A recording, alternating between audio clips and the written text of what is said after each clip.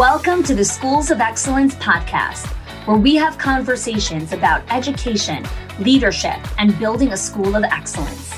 The goal on this show is to bring you clarity, up-level your mindset, and give you practical strategies and inspiration so you can show up with confidence and trust your decision-making. I'm Chanie Wilschanski. I'm a mom of 4 under 10, a former New Yorker, and been in the early childhood field my entire life. And I'm so grateful that you've joined me for this conversation. Hey there, and welcome back to the Schools of Excellence podcast. So happy you're here to join us as we continue our series in the Pyramid of Excellence. And so today's episode is all about the first stage in the pyramid, survival. So if you haven't had a chance to listen to last week's episode where I introduced the Pyramid of Excellence, definitely go back and listen so you have context into a little bit more about what I'm talking about today. So the survival stage is really characterized by a lack of structure, organization, and processes. And so in today's conversation, I'm digging deep into the survival stage. I want to help you understand the strategies, the foundation, how to develop the clear vision, overcoming the self-doubt, the uncertainty, the ambiguity, and also I'm addressing a lot of some of the common questions that are happening in this season, in this stage of growth inside of your center. So there's a lot of questions that arise, like I spoke about in the previous episode. And so let's talk about what to really work on when you're in the survival stage. Well, actually, before we talk about what to actually work on, let's talk about what gets you into survival. What gets you into survival is your initial starting of the center. So you just started your center's in survival because you're answering all of these questions, which are, where do I find quality teachers? Where do I find clients, prospects into paying clients? Where do I market to my ideal parents? Who are my ideal parents? How do I fill this place to capacity? How do I cover payroll? How do I cover my overhead, right? You're answering all those questions. Another time you'll find yourself in survival is when you acquire another location, or you purchase another location, or you even open another classroom. So opening another classroom can temporarily put a school into survival or put a specific department into survival. So this gets a little bit more on the complexities of this. And when you're more of a seasoned Schools of Excellence member and you've worked through the cycle many times, you actually start to be able to compartmentalize this department is in survival, or this particular center is in survival, or these 3 classrooms are in survival, or these 3 admin people are in survival, or whatever it is, right? It's easier to compartmentalize. But in the beginning, when you're just getting started, you're really looking at the overall school. This center is in survival. This school is in survival. What can bring you back into survival is a transition, right? So opening up another location can all of a sudden have the chips falling in a bunch of different directions, or your house of cards wasn't built very strong and now the whole house of cards come flying down. So that's another time that you might find yourself in survival. Another time you'll find yourself in survival is in a transition of acquisition or merging. So when you're purchasing another location, you're acquiring another location, or you're merging 2 schools together, which happens a lot. This happened a lot in the post-pandemic era where people had, let's say, 2 buildings and they, consolidated into one. Any type of transition like that, where you're restructuring the way things are happening, brings you back into survival. Another thing that will bring you back into survival is a restructuring of the org chart. So again, the reason I'm giving all these examples is for you to understand that being in survival is not a bad thing. It is not a label on who you are as a leader, or the fact that, oh gosh, I'm in survival and I'm not in legacy or whatever it is. That's not what this is about. It's about really having a high level of radical self-awareness to understand where your company is and what you need to work on in that specific stage of growth. So another thing that will bring you into survival is a crisis. So especially a crisis in your own life, or a crisis in a core team member on the team. So let's say, for example, you have a team member, let's say your regional director who's responsible for multiple directors, and she's going through a difficult legal battle, or she's struggling with divorce, or she's having a really hard time in her relationship, or she lost a child, or she's in bereavement right now from one of her parents or a sibling, or whatever it is. That crisis in their life can really bring a center in a company into survival. And the reason for that is because the operations and the mindset and the strategy and skill that that core team member brings, now that they can no longer bring that A game for whatever time period because of the crisis in their life, the company is thrown back into survival. And so that's, again, where you're looking at, okay, do we have the right foundational thing in place? Like, where are our systems? Where are the processes, right? This is when everyone starts scrambling for those things, which is why in survival, right, in the foundation section, you're building some of these core foundations, because you're always going to have cycles that you're going to come back into survival. There's no coming out of survival and then you never come back into it. That's not the way that it works. That is a very poor mindset to think that the moment you come out of survival, you're never coming back in. Beautiful things can bring you back into survival mode. Like having a baby throws your entire family back into survival mode. Having a baby is a beautiful blessing. It's a beautiful time in life. And it also brings the entire family back into survival mode, because all of the infrastructure, all of the systems, all of the processes, all the communication, all the boundaries, all the things that the family has been operating from until now, all go out the window in the first couple months of the baby's life, because now it's just about baby survival, mama's health, and rebalancing the family's org chart.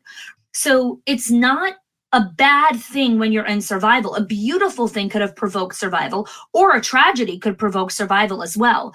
But when we look at survival in the context of it's either good or bad, we miss out on powerful learning and system building opportunities that happen in survival. Okay? Another thing that could promote survival, besides that can lead into survival, besides for the crisis of a personal team member or yourself, is outside forces. So government, Mother Nature, right? There's a huge snowstorm that locks the city out for a week and a half or whatever it is. The company goes back into a temporary survival state because the regular operating procedures were halted for a certain period of time. And it wasn't a planned closure. It was there's an ice storm, we're shutting the place down for a week and a half. COVID was a perfect example of a crisis outside of our control that threw all childcare centers into survival. Government legislation, changes in that can throw a company back into survival. And again, so many of those things are out of your control. So the point that I really want to hammer home here is looking at if you're in survival with a very neutralized approach, not this, oh my gosh, I'm in survival, but more of, okay, this is where I am, factual. These are the facts. This is the hard data. What do I need to do to move myself out of survival? So that's a perspective I want you to look from. So in Schools of Excellence, in our Directors in Our Circle, in our Owners HQ program, we have very specific steps and journey that we take our clients on to pull them out of survival. So I want to share some of them with you here today. And if what I'm sharing is resonating with you and you want this, then I would love to invite you to apply to our membership and see if it's a good fit for you. So one of the first things we work on in the survival stage is creating a calendar that works for you in the stage that you're in the season of life that you're in, right? So this is really foundation / survival, where we're understanding, okay, how many hours a week do you currently work? How many hours a week do you want to be working? What is taking up your time, energy, bandwidth, capacity? What is your current churn rate? What is your retention rate? What does your current org chart look like? What do you want your org chart to look like? All the things, right? How much do you get paid now? How much do you want to get paid? What do you currently pay your high-level team members? What do you want to pay your high-level team members? All of those things we look at, and then we start to build the systems in place to reach the goals that you want to be reaching. So if you're working a 40-hour work week and you want to be working 25 hours a week, well, then how do we need to start setting up your current week so that we can understand where your time is going? And then we could create the right infrastructure and say, okay, well, if you want to work 25 hours a week, then you need to hire one part-time office assistant and one executive director to take on these things. But that's not the answer for every person, right? Because someone else might say, yeah, I'm working 40 hours a week. I only want to be working 25 hours a week. But these 4 things I don't want to take off my plate. I really like those things. Okay, well, then in that case, you only need to hire a full-time office assistant and you're good to go. So these are the things that we understand in the survival stage, because you cannot come out of survival unless you have the right reinforcements in place. And reinforcements are not just systems, it's software, it's processes, it's SOPs, and most importantly, it's people. It's understanding who you need to hire to create that infrastructure inside of your organization. The next thing that we work on to pull you out of survival is level 1 of your retention system. So I recently did, several weeks ago, you can go back, it's episode 125 through 130 on the podcast, the multi-layers of building a culture of retention. And just real quickly, the 5 layers of building a culture of retention are culture of community and belonging, culture of work-life harmony, culture of contribution, and there's, a couple of other layers. So the first thing that we work on in survival is culture of community and belonging. You need to create your system around understanding, how do I create community inside of this school? How do I help people belong here? How do I help people feel safe here? What are the strategies? What are the steps to get there? So many times people start designing culture of promotion, which is the 5th layer in building a culture of retention, when they're in survival. And I'm like, you can't design a promotional strategy or a career lattice when you're in survival. That's not the right thing to focus on. So that's the next thing that we work on inside of the survival stage. Then we work on something called compassion fatigue. Compassion fatigue is a type of burnout that occurs when people are frequently exposed to the pain and suffering of others, and they become emotionally exhausted and overwhelmed. This is where many leaders feel physical and emotional exhaustion, feelings of hopelessness, irritability, and a lot of difficulty concentrating. And so what we work on in this phase with our leaders is helping them understand how to engage in the right types of self-care and activities, and the right types of boundaries, both physical boundaries, time boundaries, emotional boundaries, and financial boundaries that they need to create inside of their organization to pull themselves out of survival. The reason I'm taking the time to dig into this is because I don't see anyone else talking about this. There is so much information on tips and tricks and all these great ideas, quote unquote, but we're not talking about the high level work that really needs to happen and the deep work of the owner and of the CEO to really create this, to really understand how to come out of survival, and also how to gracefully pull out of it the next time you're in survival. It was really interesting, actually. I was having a conversation with a colleague of mine who's struggling with, and one of the things we were talking about is how ill-equipped we are as a society to navigate grief and loss. And what she was saying is, she's like, grief and loss is part of the human experience. No one lives forever. We don't stay in the same jobs forever. There's all different kinds of friendships that get absolved, relationships that no longer make sense anymore. There's all these different types of grief and loss, but we have very little preparation for it. And when it hits us, it's like, oh my God, like there's so much shock that we really don't understand the mindset, the strategy, the tools, the nervous system regulation to navigate this type of grief and loss. And the reason I'm bringing that up here is because training for understanding how to navigate a season of survival is really important. And it's also important to understand how to navigate a season of prosperity. I have so many clients that come into our program in their season of survival. And when they get to their season of prosperity, they actually don't know how to live in that. And they subconsciously sabotage it and go back into their season of survival because it's familiar, because they know how to deal with survival. They know how to deal with chaos. They know how to solve problems. They don't know how to sit in prosperity and abundance, which we'll talk about when I talk about the legacy, when I do the podcast on what to focus on in legacy. So we really have to understand our self-care, our boundaries, and self-care that we teach is not manicures and bubble baths. Self-care is, how do you take a breath after a difficult conversation? How do you structure your mornings and your afternoons and your evenings to maintain your high level of energy and your mental acuity to be there for other people other than the business? Because if you want to create a sustainable business, you have to be able to distribute your time, patience, energy, intelligence to multiple domains in your life. And creating a calendar that supports that is a super high level of self-care. And depending on where you are in the pendulum, right? Some people need self-care when it comes to emotional boundaries, how to recover, how to celebrate big wins, not just jumping straight to the next big win. All of these things are skills that we need to understand how to master when you are in survival. The next thing that we work on in survival is understanding the implementation of the daily huddle.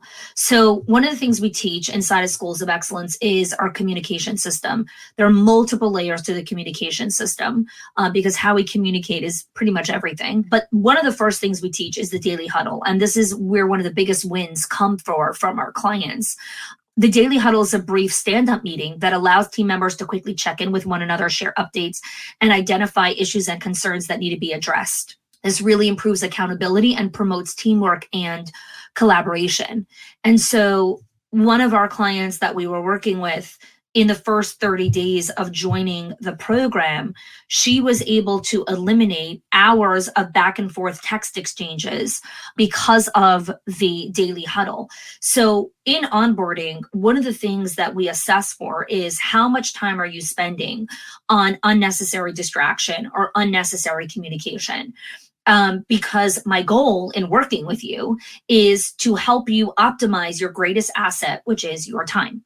And so when we brought in Nikki, and again, all the names that I share and all the details, like we change names, I change identifying details, but their stories are real. These are real stories. We have a whole client success story series you can always check out on the podcast, listen to people's real stories as well. But when I share stories of clients, I change some of those details and I change some of their names because I just want to protect their privacy. And many of them go out and open and share their stories as well.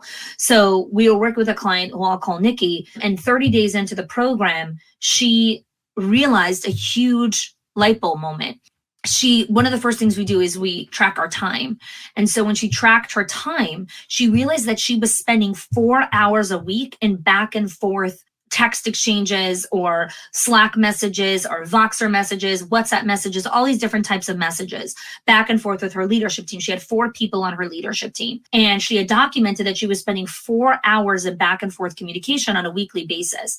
That's a lot of time on communication. And when she implemented the daily huddle, which is every single day, 15 minutes.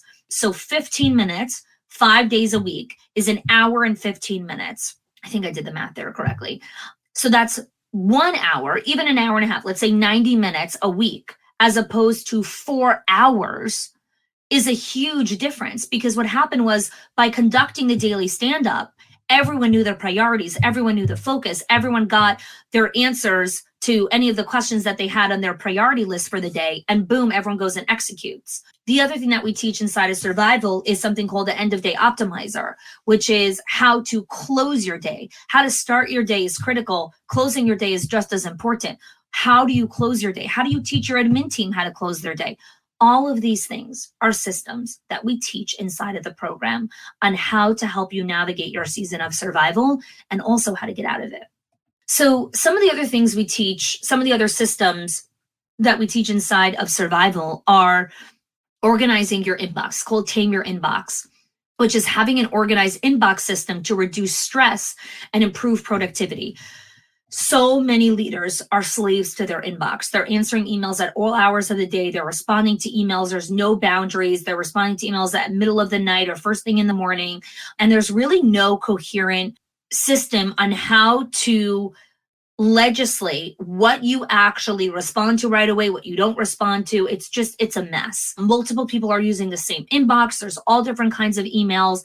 All of these things are uncovered in this level, in this stage of the journey, because this is where the time suck is, guys. Like, this is where it's at. It's not from running your huddle or having a one-on-one with a teacher, which so many leaders tell me they don't have time for. You do have time for it. You're doing unnecessary garbage with your time.